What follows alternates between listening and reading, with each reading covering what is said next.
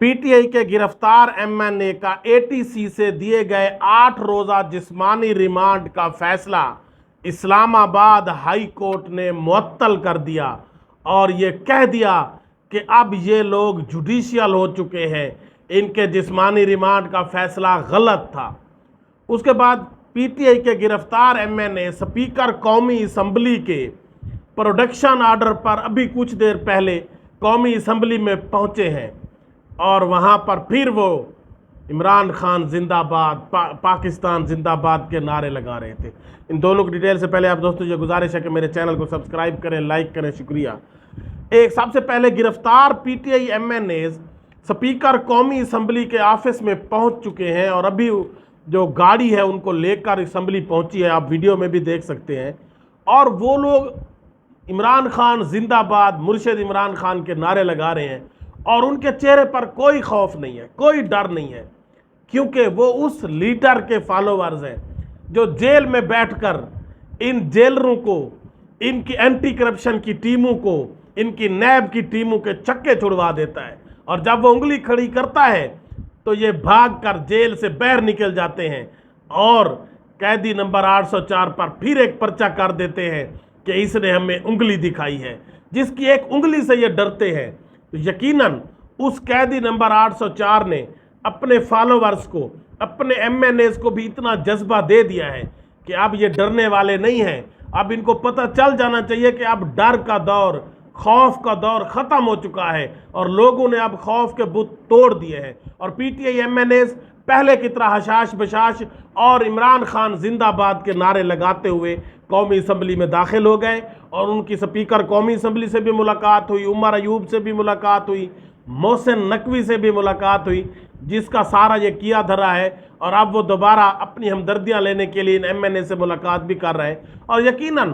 شیر افضل مروت نے کہا کہ ہم تھوڑی دیر میں اسمبلی اجلاس میں سب حقائق بتانے والے ہیں کہ ہمارے ساتھ ہمیں کہاں سے اٹھایا گیا، کیسے اٹھایا گیا اور کیا سلوک کیا گیا۔ اس کے بعد اسلام آباد ہائی کورٹ نے پی ٹی آئی کے گرفتار ایم این ایز کا جو 8 روزہ جسمانی ریمانڈ دیا تھا، اے ٹی سی نے اس کو معطل کر دیا اور ساتھ کہہ دیا کہ اب یہ جوڈیشل ہو گئے ہیں، یعنی اب یہ اپنی ضمانت کروا سکتے ہیں۔ ان کا پی ٹی آئی کے اراکین کے اوپر جو الزام تھا، جس کی بنیاد پر ان سب کو گرفتار کیا گیا کہ 25 منٹ آپ نے جلسہ لیٹ کیا۔ اگر 25 منٹ جلسہ لیٹ کیا ہے تو اس پر جسمانی ریمانڈ دینے کا کیا جو ہے وہ کیا اس کا تک بنتا تھا، کیا اس کی لاجک بنتی تھی کہ 25 منٹ جلسہ لیٹ ہوا، کیا اس کی کوئی کمپٹی پر رکھ کر کوئی گنیں ان کے پاس تھیں، کیا ہے کیا نہیں تھا۔ حالانکہ یہ کوئی اس کا تک بھی نہیں بنتا تھا، کوئی لاجک ہی نہیں تھی ان کا جسمانی ریمانڈ دینے کا۔ اور یہ سارے ایم این ایز ہیں، پارلیمنٹیرین ہیں، ہماری سپریم قومی اسمبلی کے یہ ممبر ہیں، اور ان کو اس طرح سے، حالانکہ عدالت کو چاہیے تھا کہ ان کی سرزنش کرتی کہ آپ نے ان پارلیمنٹیرین کو جرأت کیسے کی کہ آپ نے ان کو پارلیمنٹ کے اندر سے اٹھایا، لیکن عدالت نے ان کا 8 روز کا جسمانی ریمانڈ دے دیا۔ حالانکہ کوئی قتل کا پرچہ تو ان کے اوپر نہیں تھا، کوئی دہشت گردی کا پرچہ نہیں تھا، صرف یہ پرچہ تھا کہ انہوں نے 25 منٹ جلسہ لیٹ کیا۔ تو اب اس کے 8 روزہ جسمانی ریمانڈ کو اسلام آباد ہائی کورٹ کے 2 رکنی بینچ، جس میں اسلام آباد ہائی کورٹ کے چیف جسٹس عامر فاروق اور سمن رفت جو ہے ان پر مشتمل بینچ نے فیصلہ سنا دیا ہے اور اس 8 روزہ جسمانی ریمانڈ کو سسپینڈ کر دیا ہے، معطل کر دیا ہے، اور کل تک سماعت 10 بجے تک جو ہے ملتوی کر دیا، اور اس میں وفاق سے بھی ان کا پوائنٹ آف ویو مانگا گیا ہے۔ اور علی امین گنڈا پور نے بھی اس پر کہا کہ مجھ پر الزام لگایا گیا، پرچہ کاٹا گیا کہ جی میں نے ایک ڈی ایس پی کو جب جلسہ لیٹ کیا تو وہ مجھے بتانے گیا، میں نے اس کو یرغمال بنا لیا۔ حالانکہ اس نے کہا ان کو شرم آنی چاہیے، میں نے کسی پولیس والے کو دیکھا نہیں ہے اس جلسے میں، اور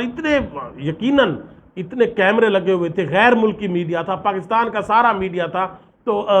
کوئی میڈیا تو دکھاتا، کوئی کسی فوٹیج میں تو آتا، تو علی امین گنڈا پور نے کمپٹی پر گن رکھ کر ڈی ایس پی کو وہاں پر روک لیا، یرغمال بنا لیا اور جلسہ لیٹ کروانے دیا۔ یہ انتہائی شرم اور ڈھٹائی کی بات ہے کہ آپ سٹنگ ایم این ایز کو، پارلیمنٹیرین کی اس طرح سے بے توقیری کریں گے، اور پھر آگے عدالتیں بیٹھ کر اے ٹی سی کورٹ نے ان کا 8 روزہ جسمانی ریمانڈ دے دیا۔ یہ انتہائی مضحکہ خیز تھا، یہ قانون انصاف کے نام پر ایک دھبا تھا جو کل دیا گیا۔ تو یقیناً اسلام آباد ہائی کورٹ کے جسٹس عامر فاروق کو بھی مجبوراً اس دھبے کو مٹانا پڑا اور جسمانی ریمانڈ معطل کرنا پڑا، اور یقیناً آج ہی ان پارلیمنٹیرین کی ضمانت بھی انشاءاللہ منظور ہو جائے گی، لیکن وہ ڈرنے والے نہیں ہیں، وہ ان جیلوں سے بھی ڈرنے والے نہیں ہیں، وہ اب اس سے آگے نکل چکے ہیں، ان کا نظریہ اب اس سے آگے نکل چکا ہے، جیلیں اب اس نظریے کو نہیں روک سکتی، وہ اس قیدی کے نظریے والے ہیں جو انگلی دکھاتا ہے اور یہ بھاگ کر جیل سے باہر نکل جاتے ہیں اور پھر ایک اور مقدمہ کر دیتے ہیں کہ ہمیں انگلی دکھائی۔